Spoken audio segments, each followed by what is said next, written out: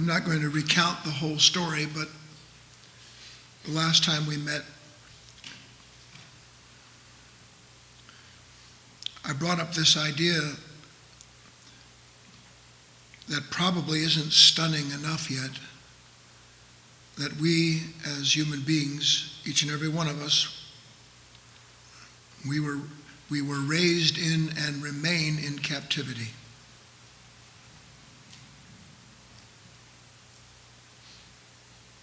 Now I know that you don't think that you are a captive human being, because you can go to the restaurant that you want to go to. You can order the food that you want to eat. Some of you can get your dog to sit from time to time.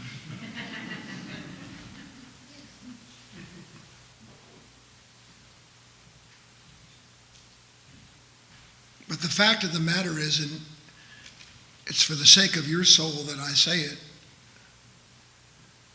there's something inside of you that can tell you to sit any time it wants to, and you do it. It says snarl, and you snarl. It says be afraid, and you're afraid. It says run, and you run. It says seek pleasure, and you seek pleasure. Avoid this, and you avoid it. And there's never any question in your mind whatsoever. Fortunately, some of you are learning to catch that afterwards and can begin to ask the proper question in the moment when you've been commanded.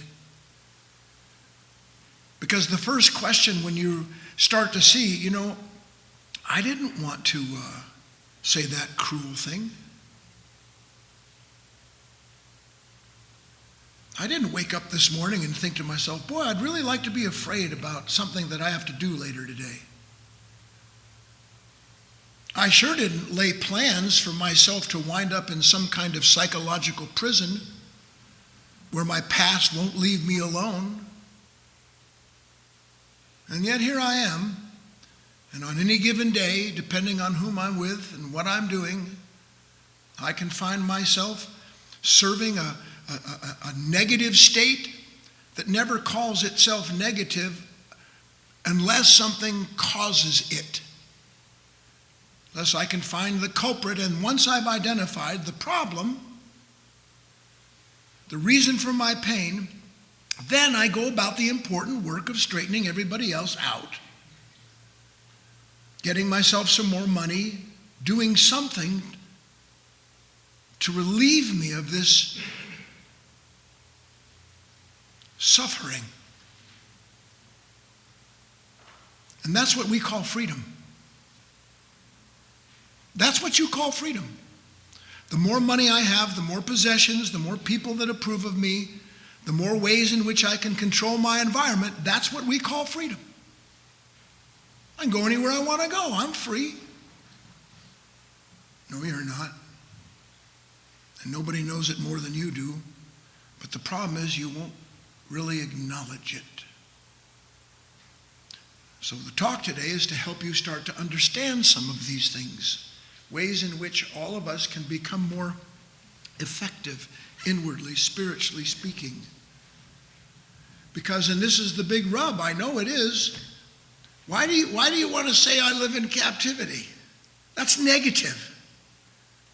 No, what's negative is living in captivity and believing you're free. Because what else do you get negative over other than a sudden moment in which something has stolen your freedom? Freedom can't be stolen. Freedom can't be stolen. And if you doubt it, read Man's Search for Meaning by Frankl. You look at anybody's life that has come into challenging conditions, difficult times, things that most of us would buckle in a split second, and you'll find somebody there who was never a captive of the condition the way you are now a captive of your own consciousness. Because that's what you're a captive of. You're not a captive of what people do or don't do. You're not a captive of your age. You're not a captive of your economic condition. You're not a captive of anything other than not understanding who and what you are and why you're on this planet.